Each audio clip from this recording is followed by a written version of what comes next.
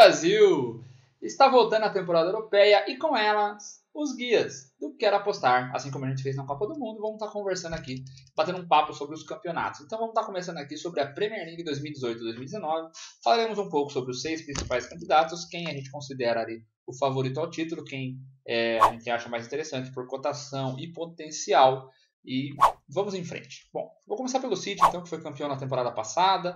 O time que trouxe o Mahrez, que é um excelente reforço aí, veio do Leicester, e perdeu apenas o Yaya Touré, né, que foi dispensado já com 36 anos, um jogador bem veterano. O City deve manter a sua base com Ederson, Walker, Stones, Kompany e Mendy, Fernandinho, Kevin De Bruyne, Davi Silva, Sané e Sterling ou Mahrez. Não dá para descartar o Sterling já que ele fez uma grande temporada passada. Então, Mahrez não dá para chegar falando que vai ser titular. Na frente, o Agüero. Ponto forte do City é o estilo de jogo, né, colocado pelo Guardiola. É um time que tem sempre domínio territorial, domínio da posse de bola, é difícil de você jogar contra isso. E outro ponto forte é eles têm jogadores de mais alto nível, jogadores de ponta em todas as posições. Ali entre os titulares é de altíssima qualidade esse time titular do City. Pontos fracos, elenco raso. Eu não vejo o time tendo muitas opções ali para as posições do Fernandinho, Davi Silva e De Bruyne. Os principais da posição seriam o Delphi, que está longe de ser uma unanimidade, uma certeza, e o Gundogan. Esse sim, bom jogador, ainda que com características bem diferentes a do Davi Silva e do De Bruyne. Outra opção ali seria o Guardiola tentar jogar com o Bernardo Silva ali. Ele que é um jogador mais de lado, mas pode ser que acabe sendo adaptado ali. Mas, de qualquer forma, esse miolo do meio campo é o ponto fraco do City para mim. As opções de banco nesse setor. As odds do City para ser campeão estão em 1,67 e a minha expectativa é que o time termine lá em cima, nas cabeças. Na pior das hipóteses, o City fica em terceiro, mas não vale a pena apostar pela cotação baixa. Agora vamos para o Manchester United, vice-campeão na temporada passada. O United, que na janela de transferência ele perdeu o Blind, foi para o Ajax, foi negociado para o Ajax, lateral esquerdo, /volante. Trouxe outro jogador para o meio campo, o brasileiro Fred, que veio do Shakhtar. Excelente jogador, acredito que tenha muita chance de vir para ser titular. E o Diogo Dalot, ele trouxe esse lateral do Porto, pagou 20 milhões de euros, um menino de apenas 19 anos e que só tem 8 jogos pelo time principal. Ele foi promovido ao time principal do Porto em março de 2018, março desse ano, então jogou apenas 3 meses ali pela equipe titular do Porto, time principal. E aí o United já está apostando nele, aí vamos ver se ele tem talento para estar lá. A princípio eu coloquei ele não sendo titular da posição, mas é uma posição que está bem aberta, já que o titular da função hoje é o Valência e o reserva imediato é o Darmian. Então o United eu vejo sendo escalado com De Gea, Ashley Young, Phil Jones, Bailey e Valência. Meio campo com Matip, Pogba. Aí aqui a gente tem um terceiro jogador que vai a critério do que o Mourinho quer. Aí eu coloquei, pode ser o Fred, pode ser o Mata ou pode ser outro ponta. Na temporada passada o Mourinho utilizou muito uma linha dos 3 meio-campistas mais avançados com 3 jogadores que são pontas. Colocava Martial, Alexis Sanchez e Lingard, ou Rashford no lugar de um desses 3 caras. Todas as vezes que ele utilizou, não deu certo. Então, se ele continuar insistindo nisso, vai ser ruim para o United demais. Já estou antecipando que ele pode fazer isso. Então, a gente tem essas 3 opções que eu coloquei, que são o Fred, seria um jogador mais que vai e volta, ou Mata, que seria um armador puro, ou um outro ponta, que é o que o Mourinho fez na temporada passada. Além deles, fecham um time com Sanchez, Lingard e na frente o Lukaku. O ponto forte do United é a força física / altura dos seus jogadores, já que é um time bem alto, com Pogba, Matip, o Eric Bailly, o Lukaku, então é um time muito bom na bola aérea. Fellaini, né? Não dá para esquecer do Fellaini. Então é um time muito bom na bola aérea. E outro ponto forte desse time é o De Gea, que é um cara que faz milagres, tá sempre ali para salvar. É o atual melhor goleiro do mundo hoje, na minha opinião. Sei que a Copa do Mundo ele foi fraca, mas a gente não pode apagar uma temporada inteira do cara apenas pela Copa do Mundo. Pontos fracos. Mourinho. É impressionante eu estar falando isso hoje, já é um cara que eu fui muito fã há muito tempo. Um cara que sempre teve trabalhos espetaculares, mas hoje ele parece estar defasado, ele parece estar luxemburgando. E aí o United vem com um ambiente conturbado por conta disso. O elenco tem reclamado bastante dele na pré-temporada. E ele teve problemas também com um dos dirigentes do United. E outro ponto fraco do United é o estilo não convincente. Esse time nunca jogou bem com o Mourinho. E a tendência é que continue jogando mal. Então os resultados, se joga mal, os resultados continuarão sendo mal, sendo ruins. As odds para o United ser campeão estão em 9. Mas a minha expectativa é que o time fique no máximo em terceiro. Não vejo indo além disso, não. E com muita sorte ficará em terceiro. Seguindo em frente temos o Tottenham. O Tottenham que na temporada passada não teve casa, né? Jogou no Wembley.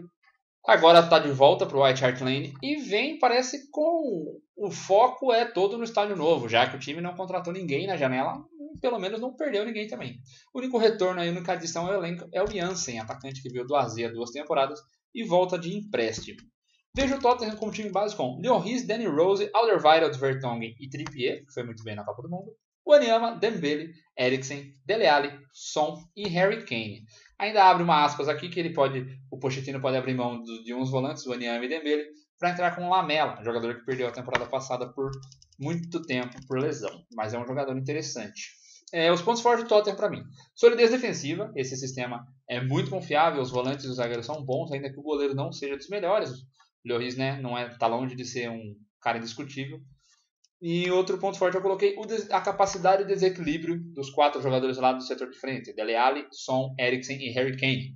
4 jogadores de muito talento que conseguem desequilibrar o jogo com facilidade. Pontos fracos do Tottenham para mim são as opções para o ataque. O banco de reservas não é convincente. Você tem Llorente e Jansen para o lugar do Kane. Você tem Nkudu, Lucas Moura e Lamela para as pontas. O Lamela sendo a melhor dessas opções aí, né? Com os outros jogadores aí tendo muito ainda a provar. O Lucas que nunca realmente conseguiu se firmar na Europa, nunca conseguiu realmente mostrar ter nível para estar lá. Minha expectativa é o Tottenham ficar no máximo, em segundo. Já seria muito. É um time que eu vejo muito mais brigando entre a 3ª e 5ª posições no campeonato aí. Então vejo brigando por Champions League na real. E as odds para o Tottenham ser campeão inglês estão em 18. Agora a gente chega naquele time, o que eu considero que será o campeão, é onde vai ficar minha recomendação, que é o Liverpool. O Liverpool de Jürgen Klopp, atual vice-campeão aí, se reforçou muito bem na janela de transferências, trouxe o Alisson, trouxe o Keita do Red Bull, trouxe o Fabinho do Mônaco, trouxe o Shaqiri do Stoke, teve o retorno do Sturridge, que é uma opção interessante ali para a vaga do Firmino, e perdeu apenas o Kahn, que eles já sabiam que iriam perder. Perderam em janeiro, ele já tinha assinado com a Juventus, saiu agora. O time base do Liverpool vejo com Alisson, Robertson, Lovren ou Matip, Van Dijk, Arnold ou Klein. Meio campo com Henderson, Wijnaldum, Milner ou Chamberlain ou Keita. Chamberlain está lesionado, então vamos contar Henderson ou Keita. Chamberlain está lesionado e é lesão grave. E no ataque, Salah, Mané e Firmino. O trio segue de frente.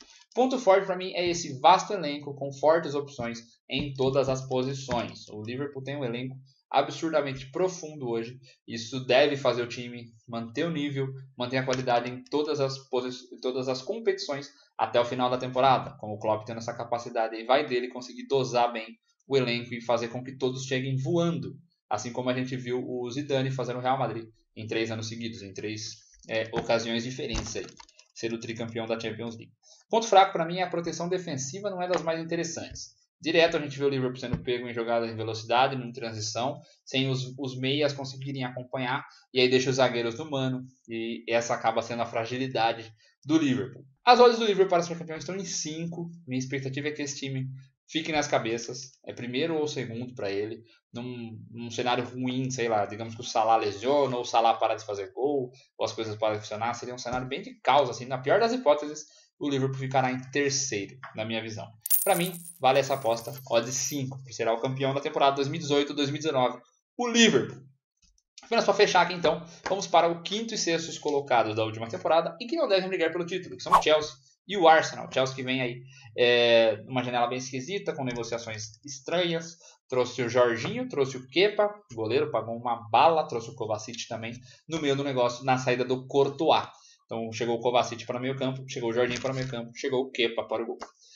O time base do Chelsea deve ser Kepa, Azpilicueta, Rudiger, Cahill e Alonso. Uma defesa um pouco interessante, mas laterais muito bons. Kanté, Jorginho. Aí a outra vaga do meio campo fica aberta entre Fábregas, Barkley, Drinkwater ou Kovacic. E o ataque, acredito com Hazard, Morata e Willian.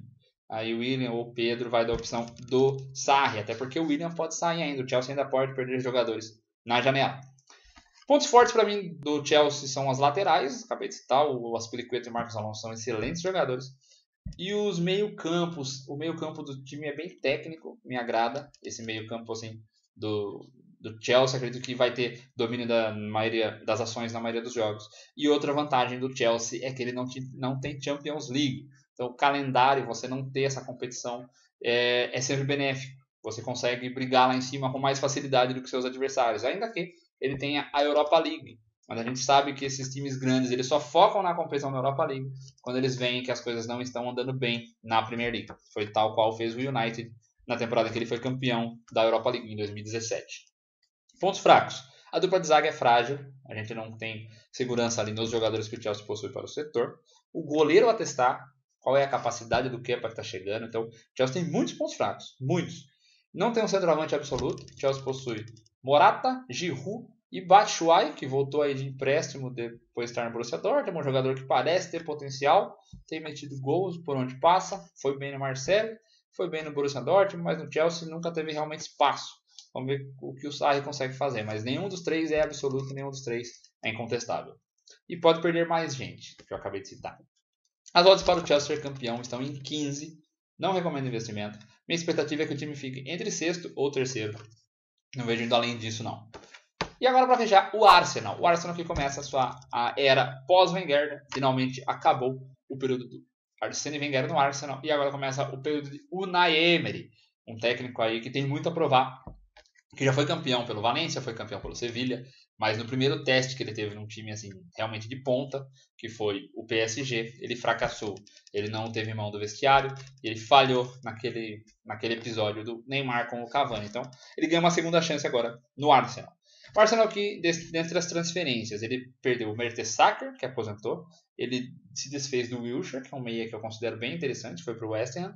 E o Cazorla, que é um cara que sofre com lesões, não joga há quase 2 anos. Então, saídas foram essas. Chegadas, pegaram o Lichtsteiner, bom lateral, ainda que tenha a idade avançada, 33 ou 34 anos.